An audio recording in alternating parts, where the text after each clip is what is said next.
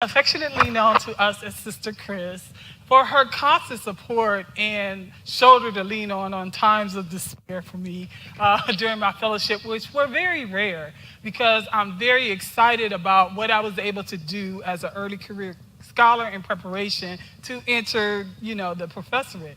And without saying, my mentor, Mimi Pepino, has been literally a shoulder to cry on as I've gone through this process of growing and developing as a scholar. And to be quite honest, it was because of her introducing me to women's studies literature, which I had never had exposure to. It served to kind of formulate this particular focus that I took to the research. So I also want to give a shout out to someone who's not here, and I don't know who's going to show up, but he is like my adopted mentor, Dean Jim Connell from the graduate school. So he worked with me this semester in us developing what we call the interdisciplinary syllabus. So I was able to teach this content to graduate students in nursing, in educational leadership, in the MAP program, in historical preservations, and also in the counseling and art therapy. So it was just a really, really wonderful experience. So this fellowship symposium is going to focus on adult development and issues of misogyny noir in social media and popular culture. And just for purposes of disclosure, we are recording. So the phenomenon of study is misogyny noir, and noir translates in French as the word black. So misogyny noir in this research is defined as misogyny directed toward black women where race and gender both play roles in bias. It is expressed as ingrained prejudice, discrimination, and animus imposed explicitly in the oppression of black women in American visual arts and in terms of popular media and culture. The study criteria for participation in this research was that the volunteers had to self-identify as black, and that was male and female, and had lived the majority of their life here in the United States. So controlling images of black women in social media and popular culture can be very, very strong.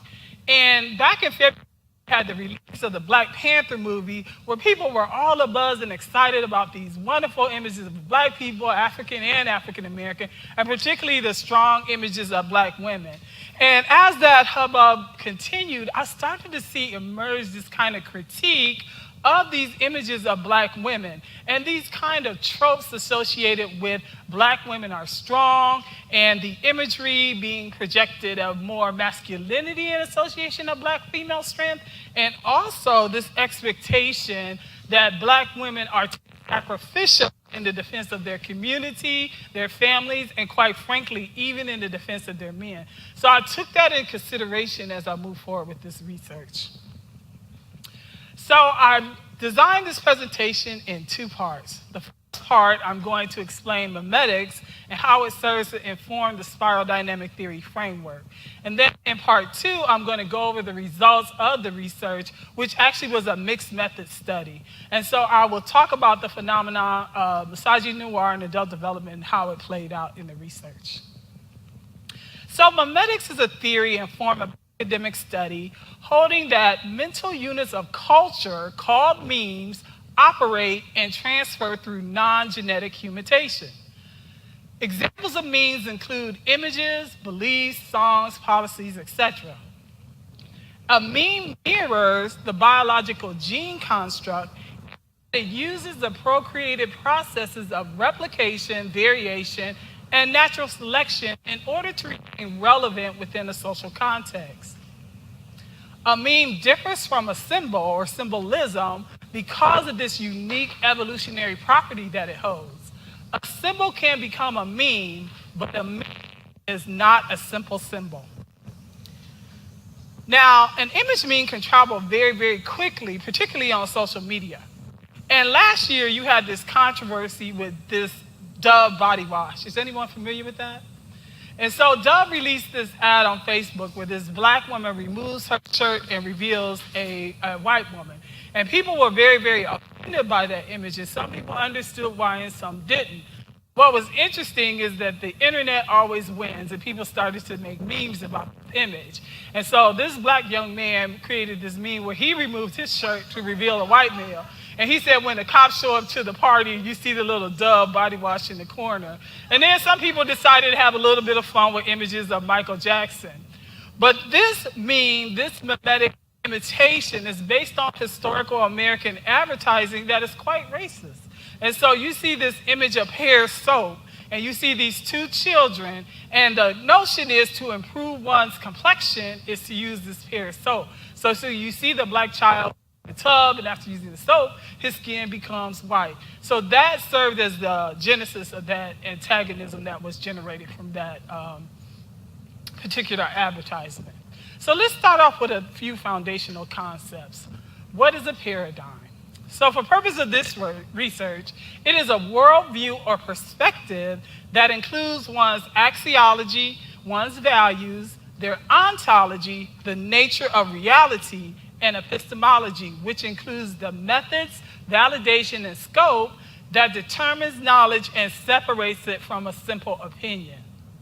Now, going a little bit deeper with ontology, an ontology, which again is the nature of reality, is part of a worldview that has been described in the academic literature as having depth within three domains. You have an empirical reality, an actual reality, and a real reality, where the former two serve to inform the latter real reality.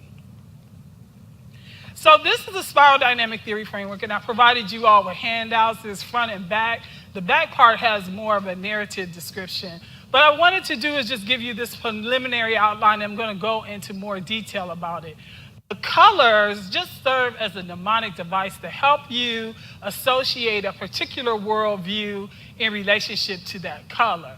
And so this spiral dynamic theory framework was used to see if notions of misogyny were associated with a particular way of viewing the world and negotiating and problem solving within that worldview.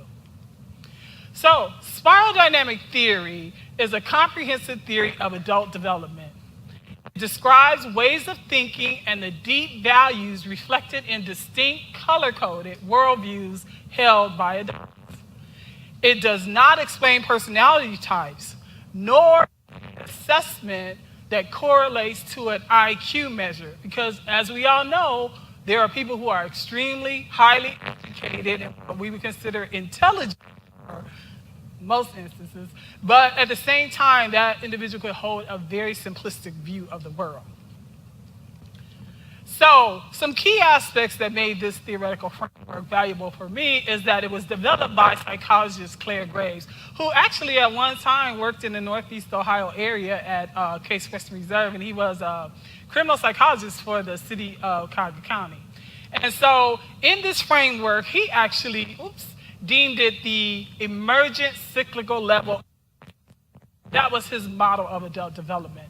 Well, as you can imagine, that's quite the tongue twister for a conference presentation. And his mentees subsequently went on to use his theory in the production of a book they call spiral dynamics. So this particular theoretical framework currently is more associated with the name spiral dynamic, even though it's based in Graves' research where he talked about this emergent cyclical level of existence theory. This theory embraces mimetic concepts that I talked about earlier and deep value systems. Although Claire Graves never used the word memes at the time when he created this theoretical framework back in the early 60s, the way that he described mechanisms for change were very consistent with what we currently understand to be mimetic science. The framework is an evolving spiral of hierarchical worldviews, and you see that there in the one-dimensional view that you have there with the color codes. And as one makes progression on the framework, you move from a very simplistic to a more thinking. The other thing to note about the uniqueness of this framework is that it's an open-ended theoretical framework that is informed by cultural context. So we know about Maslow's hierarchy of needs and Erickson's adult end-stage maturation, right? Reaching adulthood and maturity. So both of those frameworks as examples have end stages for adult development. Well, Claire Grace held that adult development was lifelong in its learning ability, and that we have this open-ended capacity for expanded thinking and expanded cognitive development as we mature as adults. So we just don't become adults and that's the end of the story.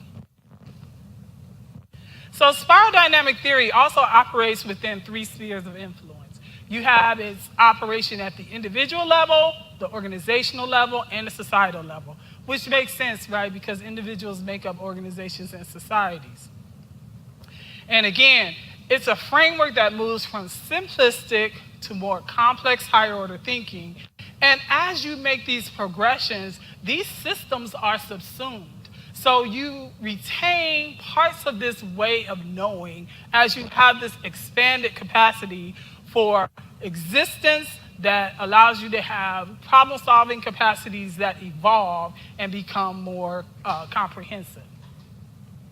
So again, returning back to the framework, some things I want to point out.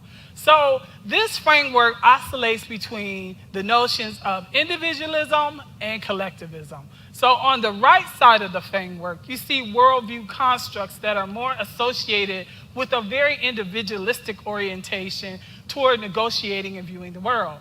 While on the left side, you see a more collectivist orientation. The other thing about this framework is that there exists 2 tiers. So on tier 1, where Claire Grace felt that the majority of people in society resided, you had this attention to meeting your basic needs. So there's this preoccupation: where's my shelter? How am I going to pay for college? How am I going to, eat today? And so like these everyday kind of regular basic challenges that we all have to negotiate, unless we're extremely wealthy, which you might see on tier 2. So on tier 2, you start to see more integral consciousness and holistic thinking because there's been a resolution of those kind of challenges you face on tier 1. So in this theory, it holds that as you make these progressions and you move beyond this kind of subsistence level at tier 1, you have higher degrees of freedom in terms of your capacity to think, to negotiate, to problem solve. So for my teaching, I always feel like it's helpful to use audio-visual supports to help kind of consolidate the content. So in my classes, what I did was develop video clips that were representative of all of these types of worldviews. And since we don't have time to go through all of them, I did 2 neighboring systems from tier 1 and tier 2 to help you get a sense of how this worldview is expressed. And so we're going to start off with this red and blue mimetic worldview. And then I'll talk a little bit more about them.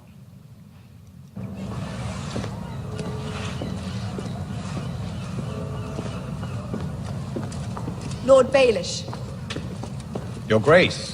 I wonder if I might ask you for a favor. Of course, Your Grace. Ned Stark's youngest daughter, Arya. We can't seem to locate her. If she's escaped the capital, Winterfell seems the logical destination. And yet my friends in the north report no sign of her. Curious. If we choose to negotiate with the Starks, the girl has some value. Whoever finds her, well, you know what they say about Lannisters and debts. Well, you could ask Varys where she is. She'll have an answer for you, whether you believe it. Myself, I have always had a hard time trusting eunuchs. Who knows what they want?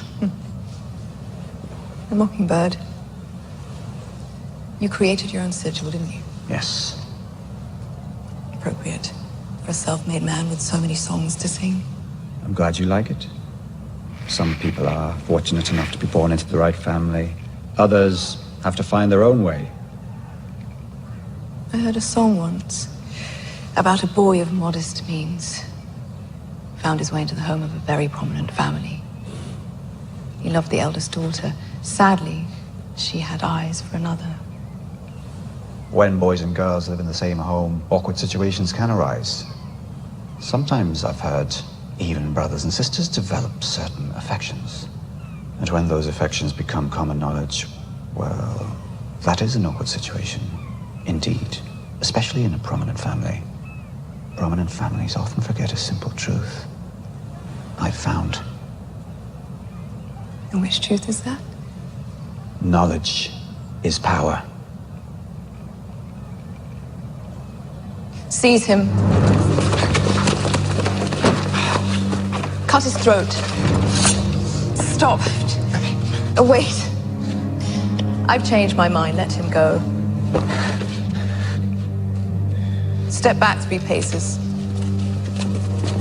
Turn around. Close your eyes. Power is power.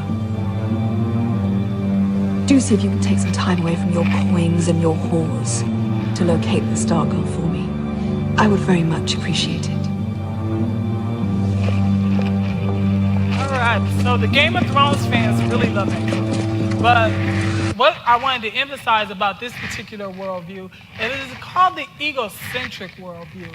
And there's this attention to the world being comprised of haves and have-nots. And of course, you want to be a have. Also present in this particular worldview is this privileging of power and domination.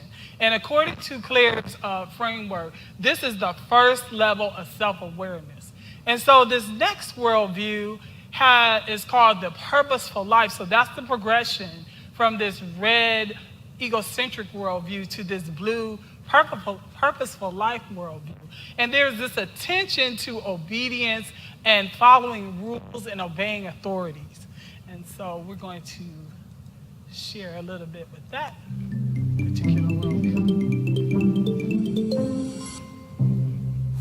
I think human nature is to, just make them like you or do things in their favor.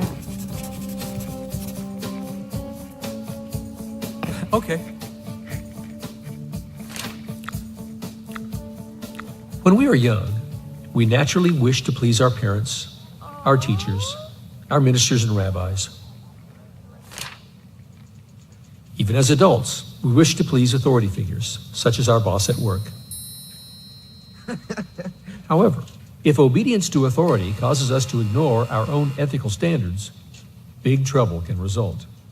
Okay. There was a time when we ran out of some really bold coffee, and my manager was just give them the light one. They're not gonna know, coffee is coffee.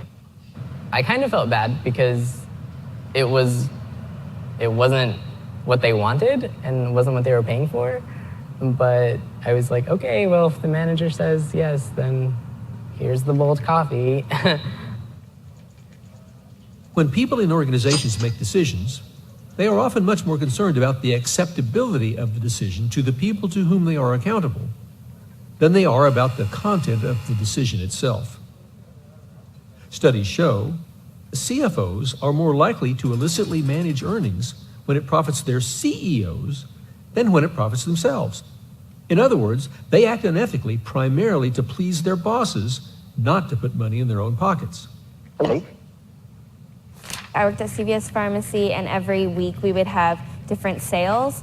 And a lot of times regular customers, they would find these sales and use manufacturer's coupons.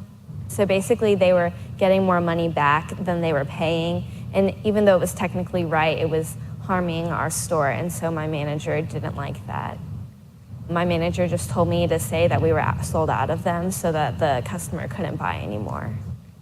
It kind of made me a little uncomfortable just because I didn't have a reason really to lie at all. I don't know the person, but I kind of just did it because it was something small and my boss told me to. Private emails sent by stock analysts during the dot-com boom often indicated that the analysts wished they had the courage to stand up to their superiors and call them like they saw them. No! But usually, these analysts failed to do so. Instead, they continued to knuckle under to supervisory pressure to hype questionable stocks so that their firms could gain investment banking business. Most of us simply do not realize how much our desire to please superiors and our consequent tendency to defer to authority will cloud our ethical judgment when the time comes to make decisions. Okay. If it's an authority figure like a boss that you really like or you really need to like you, that I have a tendency to commit to something without thinking about what else I have. So if a boss asks me to stay late, I may say, yes, of course I can, because I want to do this project right. I want to make sure you like it. It's ready when you want it to be, without thinking about previous engagements I've made to other people and disappointing other people in my life, or attending to my own needs, which can kind of conflict with what I actually need to do outside of my job. So when we examine the framework again, at tier 1, you have this clear distinction between the individualism and the collectivism. But as we approach tier 2, you really start to see more integration, and those distinctions aren't as clear. And so I kind of dubbed this the kind of collectivist individualist at tier 2.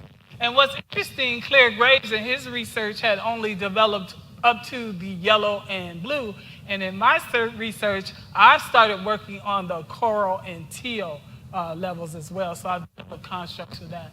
But for our purposes, just to kind of solidify the distinctions between the two levels, I want to share with you some clips of the yellow and turquoise worldview.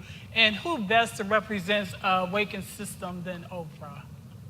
So.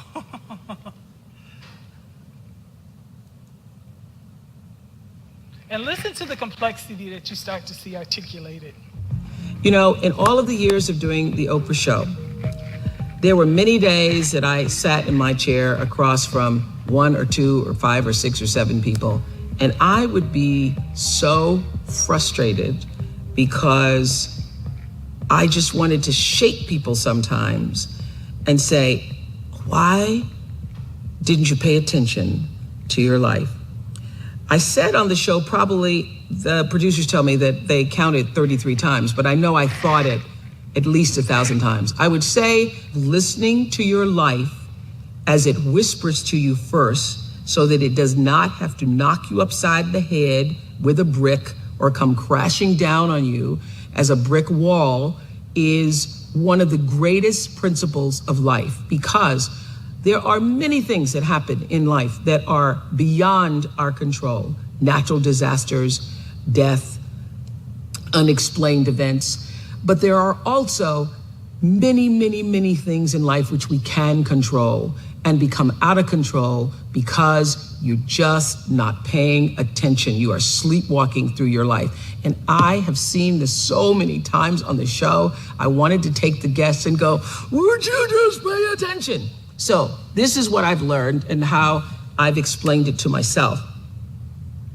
Life whispers to you all the time. Your life is speaking to you all around, from the time you wake up in the morning, and every single experience that's coming into your personal space, into your physical space. All of those experiences are speaking to you. They're telling you something about your life and about your circumstances. It whispers, and if you don't get the whisper gets louder. If you don't get the whisper, when it gets louder, it gets, I call it like a little pebble, like a little thump upside your head. When I was a kid, if I was doing something my grandmother didn't like, she'd just turn around and thump me. She wouldn't even look at me. She'd just give me a thump, and I'd know that's my cue to stop it, or we're gonna get worse. The whisper is the message, the pebble or the thump upside the head. Usually it's gone into a problem. You don't pay attention to the problem becomes a brick upside your head. The brick upside your head is a crisis. You don't pay attention to the brick upside your head. The crisis turns into a disaster, and the whole house brick wall comes falling down. Okay, and so the last one I'm going to share on tier 2 is the neighboring system to that yellow mimetic worldview. And this one is the turquoise, and it's called the holistic mimetic worldview. And I felt like astrophysicist Neil deGrasse Tyson did a very good job of reflecting that particular type of worldview. I'm often asked, and occasionally in an accusatory way, are you atheist? You know, the only ist I am is a scientist. Right? I don't associate with movements. I'm not an ism. I think for myself. The moment once someone attaches you to a philosophy or a movement, then they assign all the baggage and all the rest of the philosophy that goes with it to you. And when you want to have a conversation, they will assert that they already know everything important there is to know about you because of that association. And that's not the way to have a conversation. I'm sorry, it's not.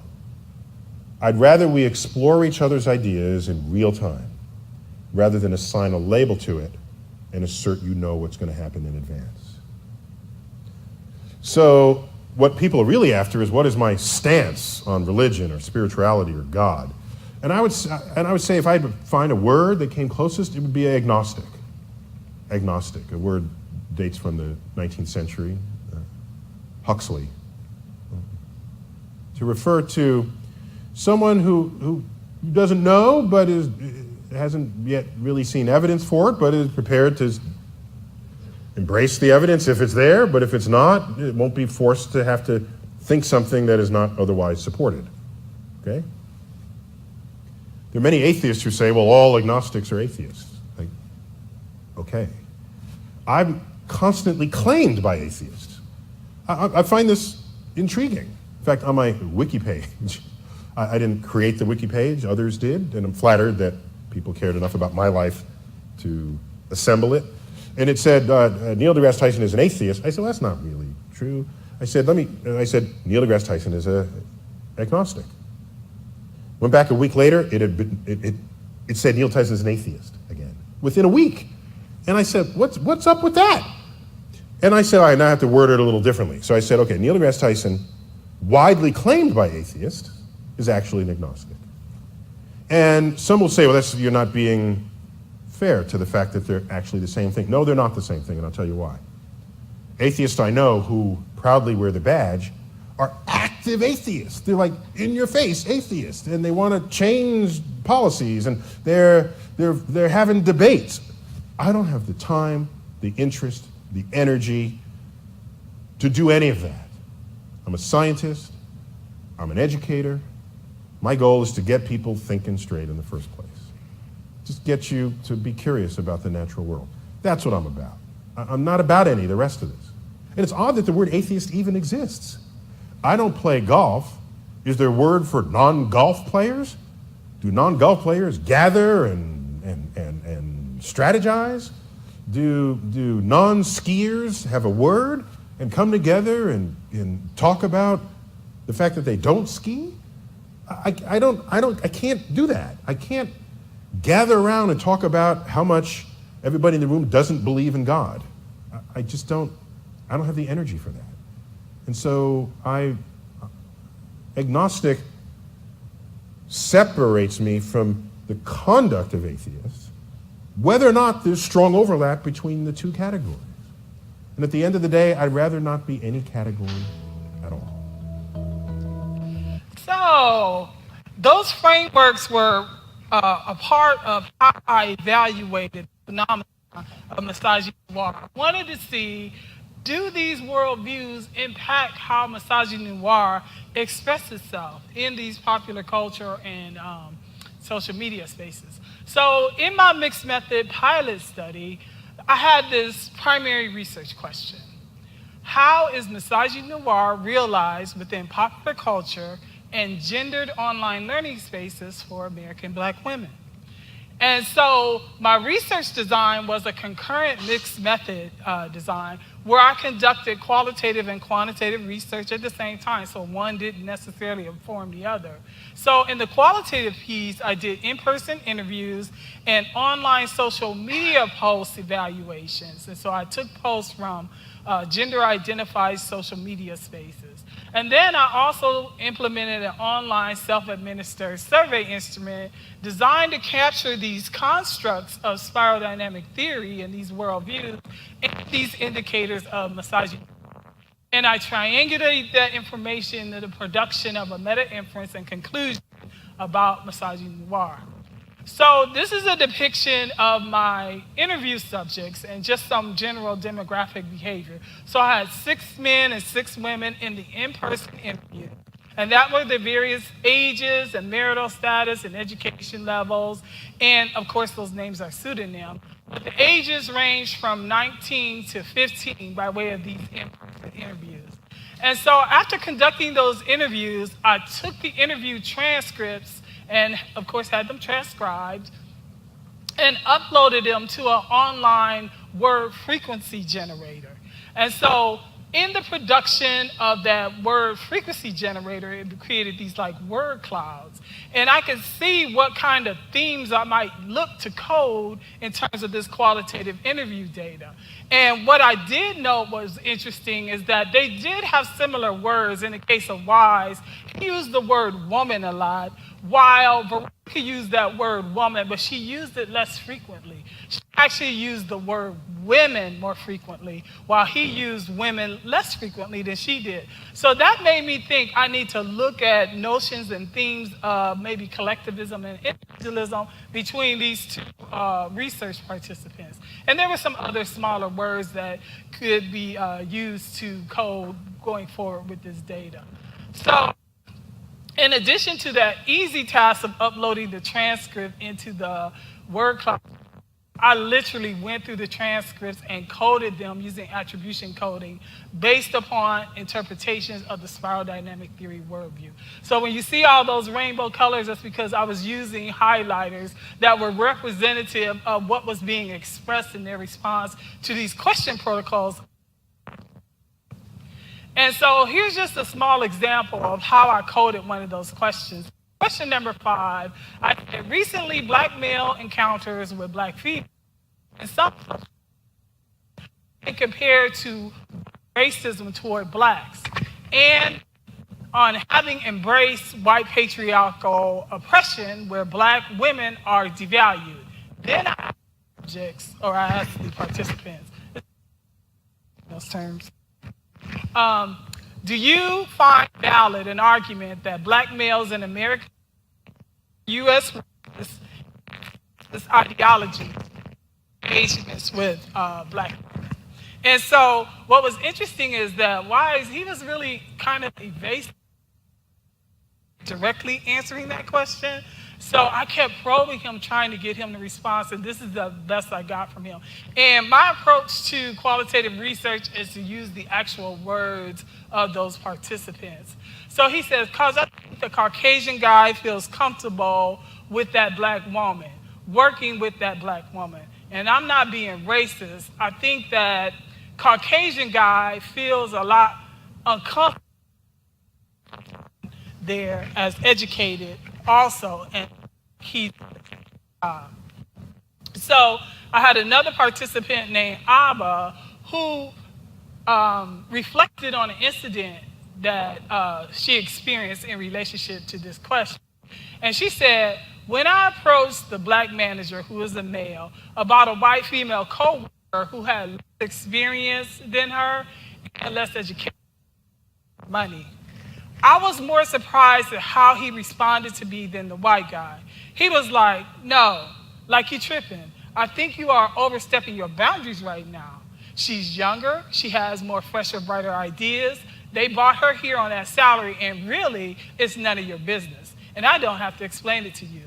And I was like, wow, okay. So that was her reflection on that question.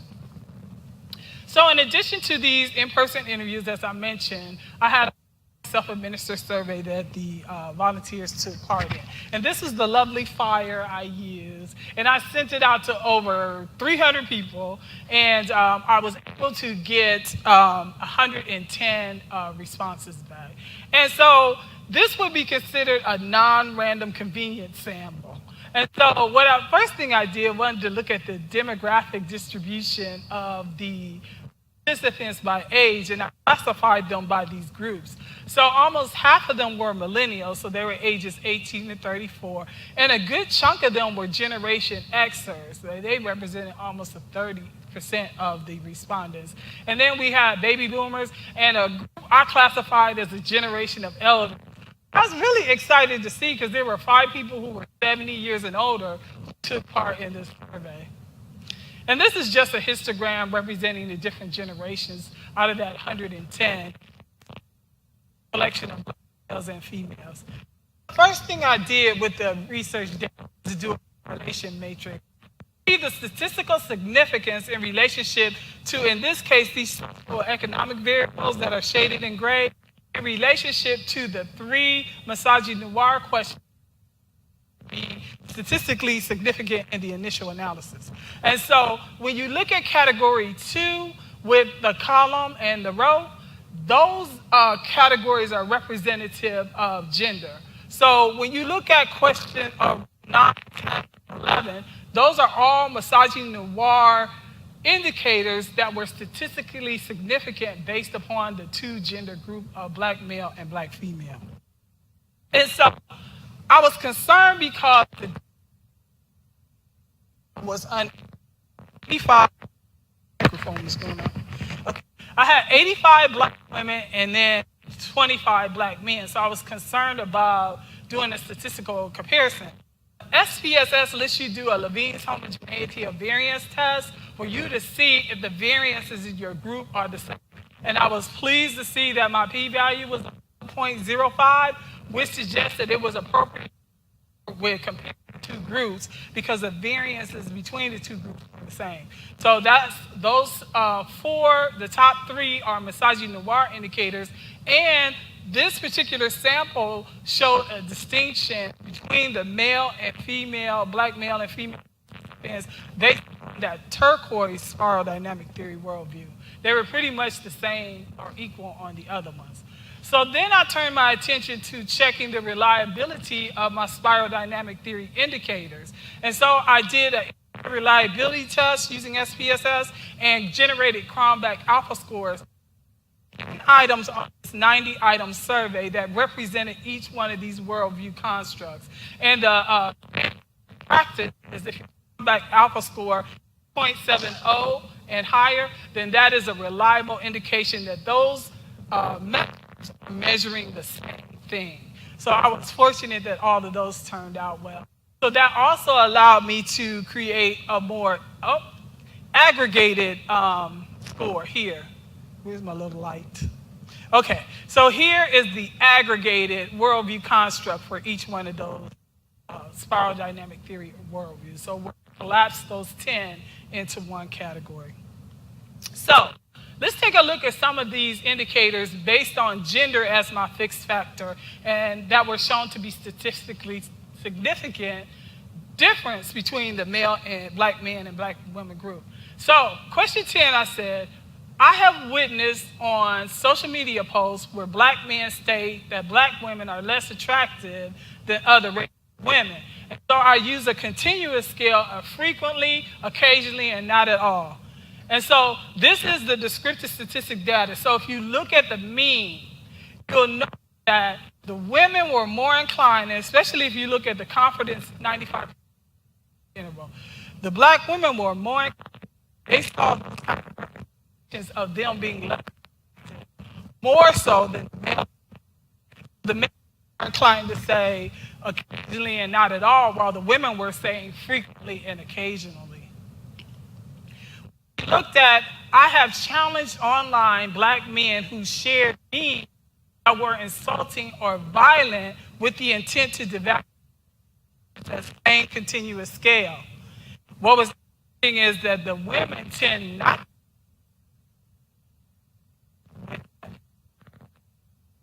of memes to value them, while men were of the position that they did challenge black men in these online learning spaces. The last misogynoir indicator where gender served as a fixed factor was, I see the angry black type projected most in American society by. So here I use the categorical scale where I have white men, black men, white and black women as projectors of this. And so the results show that the black women were pretty much in of the position that they saw that being done more so by black men. The black men said they felt white men projected that image more than any other group of those 4 choices. Then you also note here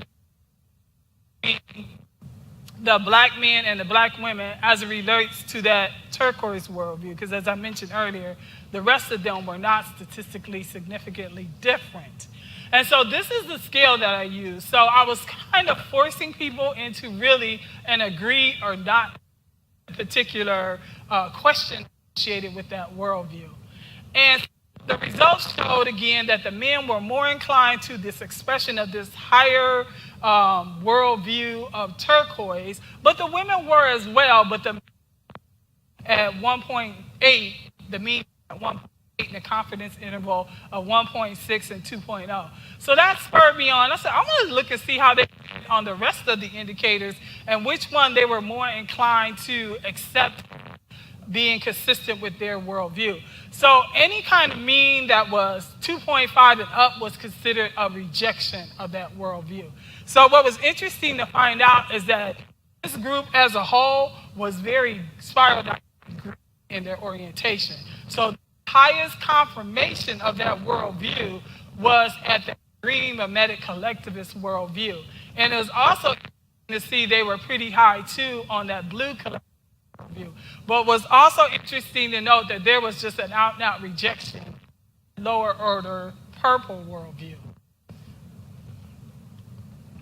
So the most I look at came from black male identified forums and women, but I'm going to start with the men. So I captured some of the expression of the men in the forum, in this particular black male identified forum. So this poster makes this comment. Sisters be like, I'm Puerto Rican and Egyptian. I'm like, but you look like Viola Davis. But all right. And so that was so consistent with that other statistical analysis that talked about images of black women being less desirable than other groups. And so this particular male makes now he, in essence, is suggesting that Viola Davis, a dark-skinned black woman, was less attractive than a woman who would be of Puerto Rican or Egyptian descent. And so here's another poster. And again, I realized that on some of these social media sites, you know, you have trolls, people who just go in there and dump information just for controversy. I don't know or not whether this is what this person was doing, but the fact that the person made me say, well, go ahead and include it. So this poster said, black man, birth to black women, abortion before they're born and only keep sons. There's no in producing more supremacist soldiers to go against the community. Heath my words. I have no idea what heath my words mean, and but I thought that was a very interesting. He probably meant, I know that's what he meant. Sarcastic. That particular expression was made clear by that poster. Now again, like I said, I looked at, and I would have coded those spiral dynamically before purpose of today. I just wanted to share them so you can see some of the other qualitative data I used in the evaluation of misogyny noir. So these posts came from a social media post from black women identified forums. And this woman posted, sexism happens so often, it has been so normalized, so that most of the time we have gotten being disrespected by men of all races, especially the ones that look like you. Men don't recognize how hard we have it because they are too focused on using our bodies to realize that's a gross way to view it.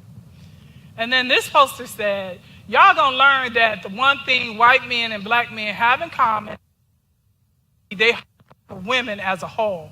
Black men will always join white men on account of sex before black men join black women on account of race.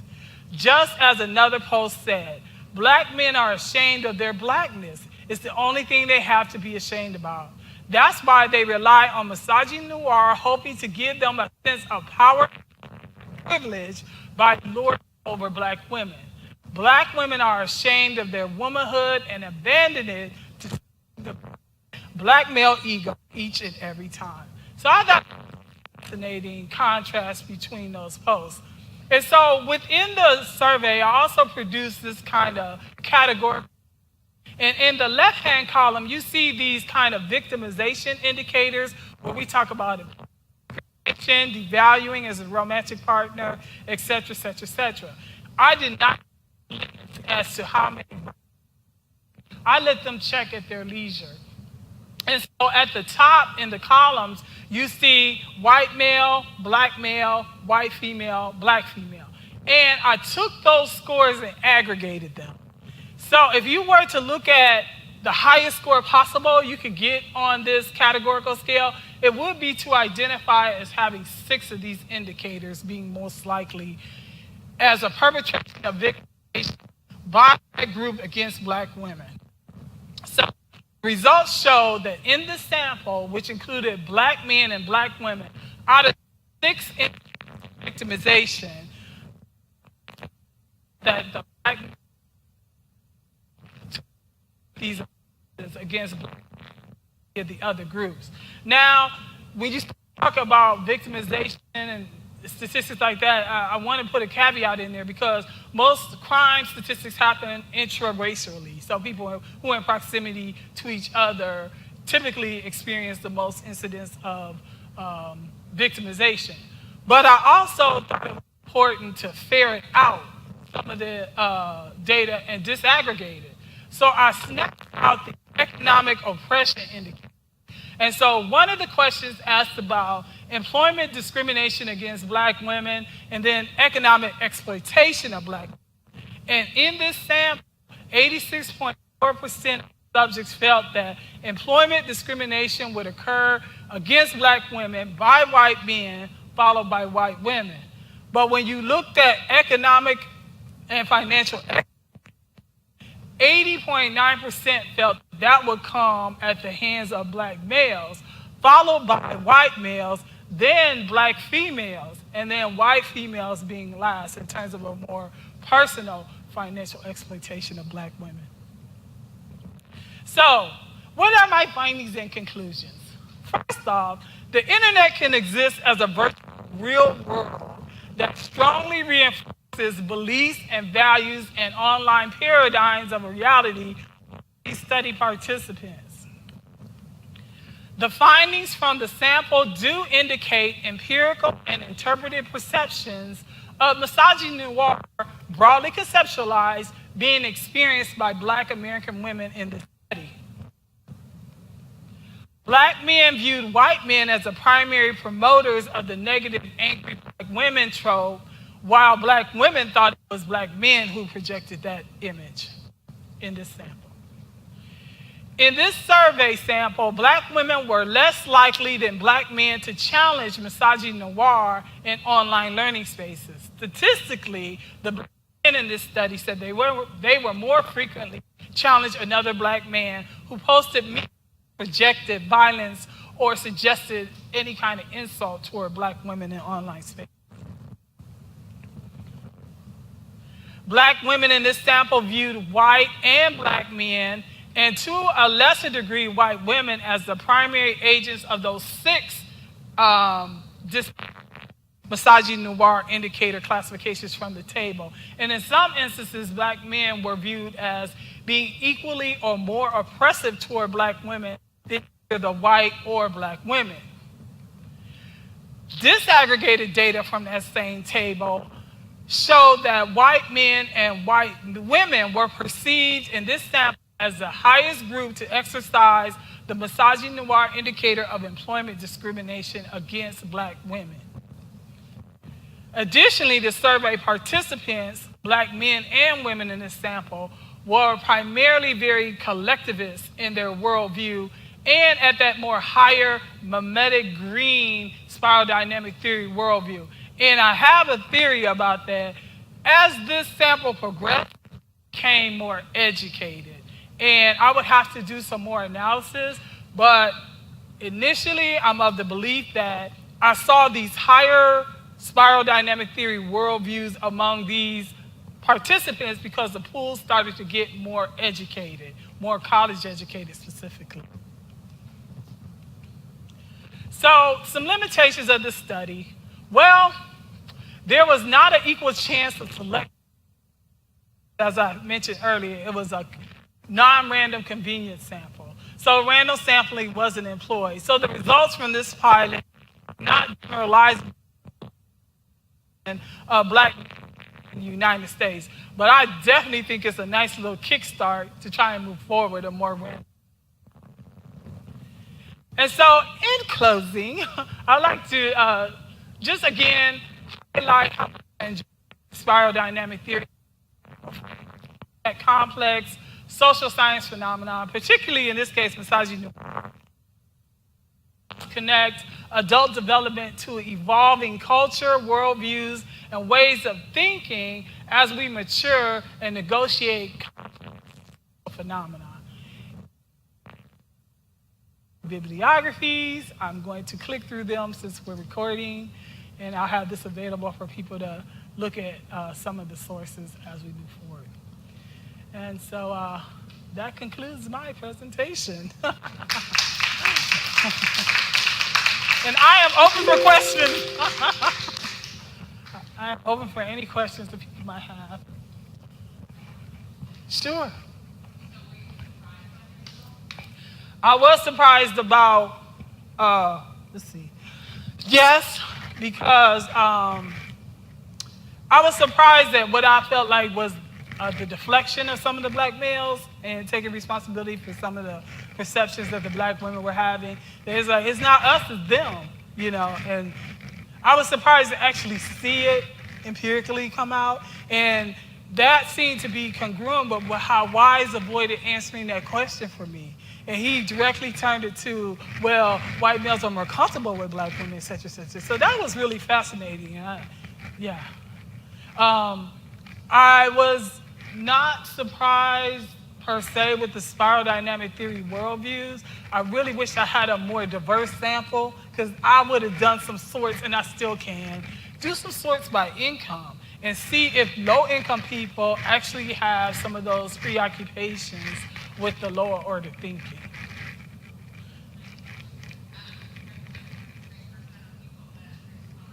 Oh, I know. I don't know about 33%, but I got, yeah, I guess, okay. Look, we got a math person in here.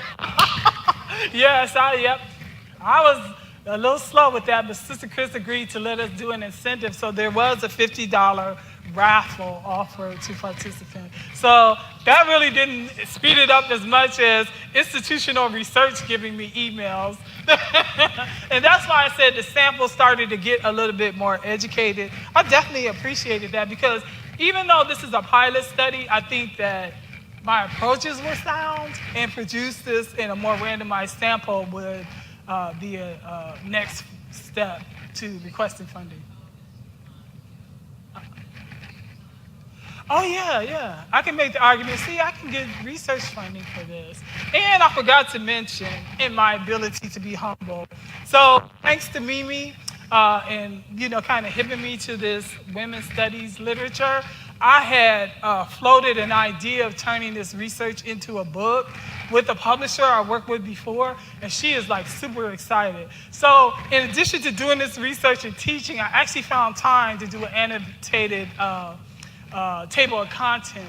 So we identified like 16 topic areas about this phenomenon, and my plan is to use this research to support the development of those chapters. And so hopefully we'll be able to, take Ursuline College into infinity and beyond by way of this research. Any other questions? Yes.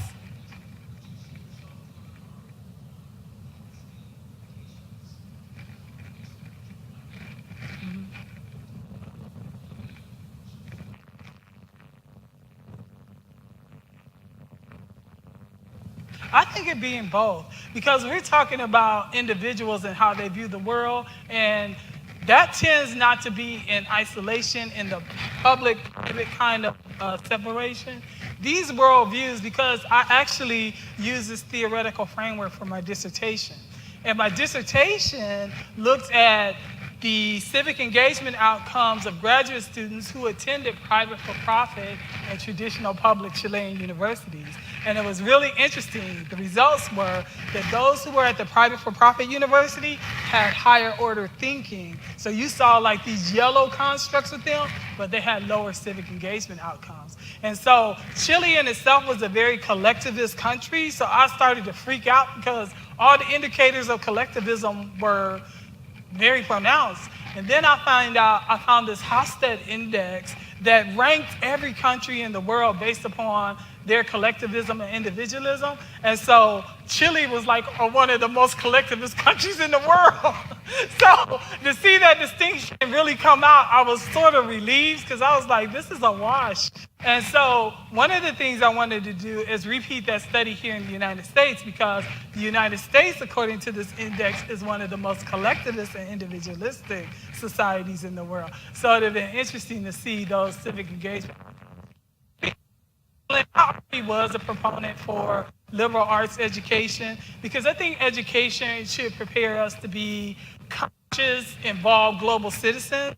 And one of my concerns is the direction of higher education is becoming more skills-based oriented and getting people educated for purposes of workforce development. And there is this, what's the word I'm looking for? I'm sorry. It's this deep marginalization of preparing people to be critical thinkers and concerned about the larger global context of how we engage in the world with each other. And so this experience too has been a blessing for me being at Ursuline, because I told Sister Chris the other day, I didn't go to liberal arts school, but being here is kind of like I went to liberal arts school.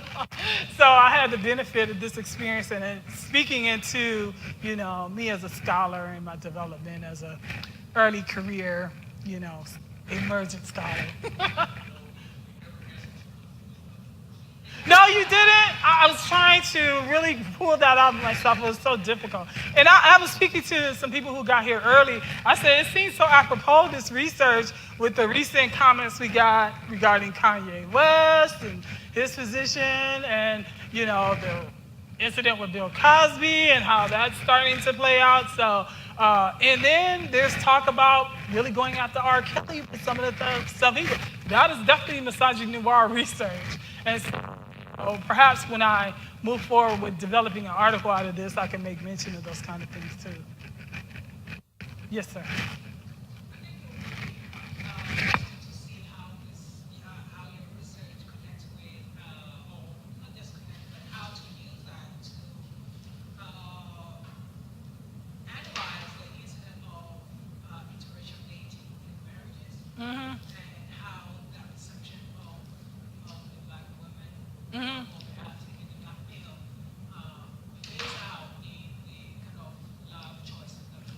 I agree with you, and more specifically, I think it'd be nice to open up this research to all racial groups, because I didn't have that comparison, because I wanted to focus on Black women. I was like, let us have a voice, please. So I made the focus kind of, and I uniquely looked at American Black women, because I think that immigrant Black women don't necessarily have the same experience of racism that native-born Black people in America have. So I did draw that distinction in the study criteria. But opening it up in that way might be very, very interesting. I did have some people who took the survey anyway who self-identified as white. I said, but y'all just being nosy. So I had held on to those, that data, but I didn't use it in the analysis. I think one person identified as Asian too. Yeah, I had the categories, but. Any other questions? Well, I hope you all enjoy that. Thank you for coming.